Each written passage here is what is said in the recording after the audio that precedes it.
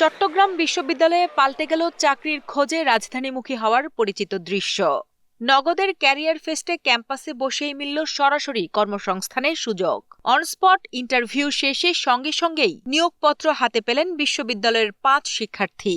একটা বিবিএ বা এমবিএ গ্র্যাজুয়েটের জন্য অনেক বড় একটা অপরচুনিটি। এটা এখন আমাদেরকে একদিনেই আজকে ইন্টারভিউ ছিল, আজকে আমাদের রিক্রুট করছে, আজকে সব প্রসেস শেষ করছে। এটা it's like a dream. I'm really thankful to Nagod for this opportunity. I'm really thankful to MUC for this opportunity.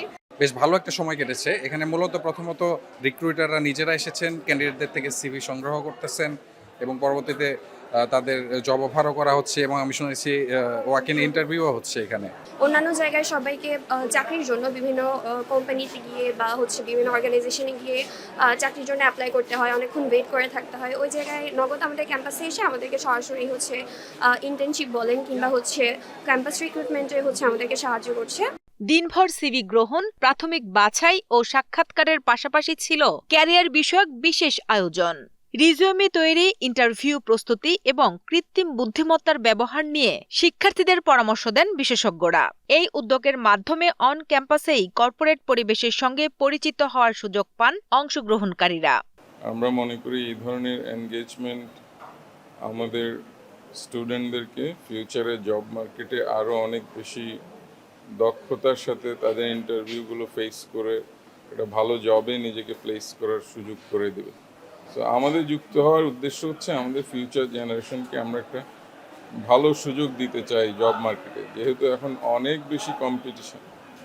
আর চট্টগ্রাম এমনিতেই একটু মফস্বলের মতো পড়ে আছে পেছনে।